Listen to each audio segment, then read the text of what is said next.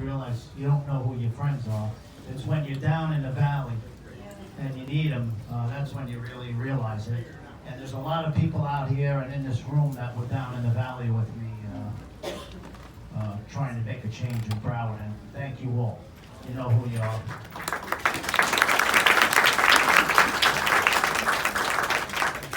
So people ask me all the time, well, how I do this. Well, and I do it because I love my daughter so much, and that's why I get up and do this. It's not enjoyable going around on live TV and doing all these, a lot of the hits that I do on radio or TV. I do it to get the message out, because in my head all the time is my daughter telling me, Dad, you hold these people accountable and you expose every single one of them that let this happen. So with that said, a lot of this, none of it just about would be uncovered if it wasn't for me and what I've been doing in Broward and with my wrongful death case and in my civil suit. For instance, recently no one ever would have known that they had to frisk the murderer every day before school if it wasn't for me when we deposed one of the security guards. So that's something we found out recently within the last month, that they frisked him every day at the school, but never told any of the parents. They thought that was okay to do that in Broward schools. Last week, I'm in town here for another reason. We had to do a deposition of one of the other monitors, and I'm just going to share it with you because it's unbelievable what we uncovered with another monitor. And you guys are here, so I'll tell you. His name was David Taylor. He worked at the school as one of the monitors, and we deposed him last week in the civil suit. So David Taylor, Andrew Medina was at the gate, and he doesn't call the code red. He sees the killer come in from the street, carrying a rifle bag, recognizes Crazy Boy, but never calls the code red. That would have saved everybody in the whole school. So I have him in a wrongful death case, but that's Medina, and a year prior to that, he sexually harassed girls at the school and was allowed to still work at that school in Broward County. So Andrew Medina, instead of calling code red, warns his buddy, his homie, as he says when we deposed him, his baseball homie. He tells David Taylor that there's an intruder coming into the building. A suspicious intruder, that's what he tells him. So Taylor comes from the second floor, walks down on the first floor, where he sees the murderer walking into the building. When he sees him, the gun is still in the bag, okay? The bag's not, the gun is still in the bag, he doesn't put it together. So, in this, I'm seeing the video in the deposition last week, and right next to me is Gina Hoyer. She lost her son, Luke Hoyer. So, when we look down from Taylor's view down the hallway, Luke is right in front of David Taylor in the hallway. So, and he recognizes the piece of garbage that just walked in, because he knew he actually trespassed at the school a year prior and never was arrested for that. So this is the second time that the killer came to the school. So Taylor sees him down the hallway and doesn't do anything, doesn't warn the kids, doesn't warn Luke Hoyer. And Montalto, she was in the hallway too, doesn't warn them. Instead of going towards him and telling him, why are you here? He goes behind him. He backs up, goes up to the second floor, David Taylor. When he gets to the second floor, he hears the gunshots. Now they're going off, right? What does David Taylor do? He finds the closest closet, opens the closet, because it's locked, goes in the closet. But that's not the worst of it, what I happened to find out last week. So he knows, he recognizes the gunshots, okay? When you shoot a gun, it discharges smoke. So after the shots, probably on the first floor was probably about 40 rounds that went off. the smoke alarms go off. While David Taylor is in the closet hiding, he hears Porter go over the loudspeaker and tell everyone to exit the building because there's a fire and it's not a drill. So he has a radio, he has a cell phone, he knows it's gunshots, and he didn't warn anybody in that whole school. He saved himself, this guy, okay? He didn't want to speak up because he might get hurt in the closet. So he could have saved individually everybody on that third floor, including my daughter. And that's just something I found out last week that no one would ever know if I didn't want to honor my daughter and rip this place apart for allowing it to happen.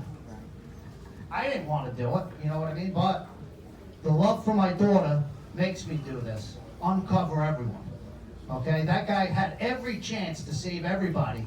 I don't even know what human can sit in a closet and let kids go out into gunfire. You know?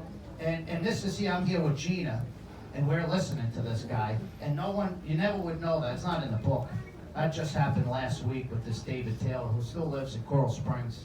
When I ask him do you realize what you did wrong? That you didn't just, all he had to do was say something on his radio. No, it's gunshots, code red. He stayed silent, and everyone, including my daughter, I think it was 7 people were murdered on the 3rd floor. All he had to say was code red and hide in the closet. And we found that out. That's another person that I'm exposing for the first time to you guys. So, after the shooting, as you know, what went on here was everyone was on a gun grabbing bandwagon, and everyone all I wanted was to find out what happened. I didn't jump on that bandwagon because I owed it to my daughter to find out what happened. Who allowed? How did I let my daughter go to that school and now and she got murdered? You guys all live here. You know what Parkland's like. I had no idea what was going on there. Right. So that week, I didn't jump on that bandwagon only because I wanted to learn the facts of what happened to my daughter. And I started getting lots of calls from students, teachers, saying, you know, the teachers in West Glades couldn't believe that it happened. That's what they told me. They couldn't believe that it happened. Not that he was the killer, that Broward County let him back into Marjorie Stoneman Douglas. That's what the teachers couldn't believe in West Glades. They were held hostage, if you read some of the stuff in my book. Yep. The middle school teachers, it took like 6 months of note-taking to get rid of this thing out of the school where they put him back, eventually back in. But in middle school, he threatened people's lives. He had to go around room to room with security. He skinned animals. He, did I say they tied his desk down? That's how bad this kid was. And all those notes were there for Superintendent Runcie to see. But they didn't do anything wrong at the school district. All those notes I got, Mr. Pollack got them, but the superintendent, he couldn't get the notes. Day after the shooting, blaming the NRA and the gun laws. If he would have been arrested the first time that he trespassed at the school, maybe there wouldn't have been a second time. Or maybe when the FBI got the tips, it would have came up on their computer. Or maybe when PSO got the tip from his Instagram that he was going to shoot the school up, maybe they would have actually done something. So all this that I do here is for my daughter, and I'm not done with the people. You know, I'm done. I moved out of Broward. I don't really like living in Broward. I'm sorry, all you people live in Broward. But I want to give you guys hope for Broward, okay? Because there is maybe a slither of hope that you guys could do something. We ran a school board race before all this stuff was out. We knew it. All my volunteers that are here knew how incompetent the school board was and how bad and how incompetent this Robert Runcie was. And we knew about all these policies. And everybody didn't know it, But we fought so hard, all my volunteers, we knocked 40,000 doors. We tried to make a difference, and we came up short. But we also had Brenda Snipes counting the votes back then. So it's a different story. Come 2020, you parents could make a difference. You're a few votes short in the school board election, and it's so important, I can't even tell you, it's more important if you live in this county than who's the president in the White House. Because they control everything. They're already $400 million behind on this bond project. They implement these policies that aren't really changed. They still have the Promise program. They'll never see a problem with it, with Robert Runcie as a superintendent. It's okay to sell drugs in school. It's okay to assault a teacher. It's okay to have fights in school. No problem. We'll send you in the Promise program, and the teachers should have healing circles. That's what they should do. So, you guys have it. It's 2020.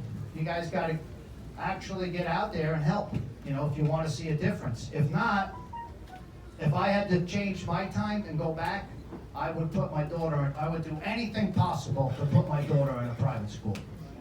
I've coached at St. Thomas for 9 years. I've seen the students that go there. I've seen the teachers. My friends are here from St. Thomas, JP, Barbara, Gloria. They said they did the right thing. But not everybody could afford private school. I understand that. But there's options. There's charter schools. Charter schools are doing a great job in Broward. There's a lot of people at homeschooling. But don't make the mistake I did and just think that your kid's going to be safe at a school. Because I tell a lot of people, your child probably is not going to get shot like my daughter, but you're just putting them in an environment that's horrible. You know what I mean? Where there's no discipline. California, they just passed a law. It's illegal to suspend disruptive kids. Okay? That's the law in California that they just signed. And really, it's their platform of California to implement those policies more and more. So, and it can only be fixed locally, okay? The president changed it. I met with the president. He wiped out the Promise program. But it doesn't mean that they're gonna listen to what the president says in Broward County. If Broward does what Broward does. So it's up to the parents. So if anyone has any questions, I don't know how we did this. I never did this. Hey, that's my friend Tim. Oh, is this the very first one? This is my first time doing it. So. This is his first time. Andy, I have two quick questions. How old was the monitor who didn't send out the code red? And I'll get you one at a time. I thought David Taylor was like 18, 20 years old, like a coach. But it turned out that David Taylor's a 50-year-old grown man. Wow. Who let them all die, including my daughter on that third floor. So, That's horrible. and it is, I had to sit next to him, Medina, Peterson, all these depots I do. It's really, it's my lawyer and me that are doing it. And we do it for accountability. And that's the word that haunts me for my daughter is accountability. The second quick question is, you're speaking like you're doing elsewhere besides Florida and Broward County. Not really. Have you gotten a sense of how much this problem is systemic beyond Florida? It's in thousands of schools, these policies, across the country. And like I said, California now, I don't really, what party you're affiliated with, can you think that's okay to put your child in that environment where there's no consequence? So it's really it's really up to the parents, I keep telling them. Andrew Pollack, Ronald Parrish, how are you, my friend? Hey, how's it going? Congratulations on your book, number one. I know that you put a lot into this. I also know that you had to take care of, you had to go, eliminate MSD commission to do it. And I'm so proud of you. I am so proud of you. But I will tell you something, everybody here, and Andrew Pollack, and the dog. Runcie is a problem. He has a very serious problem. And that is, number one, when West Glades, West Glades Middle School, there was a fight. Guess what? No security. No one was there. Runcie is responsible for that. In charter schools, he had no idea that there was no security, that no one, an armed police officer there. He had no idea. Okay? I asked him a number of times, when are you going to put metal detectors in the schools? I get no answer. No answer. I tell him, and I also say, when are you going to do anything else? Thanks, Andrew. All right. All right. My question,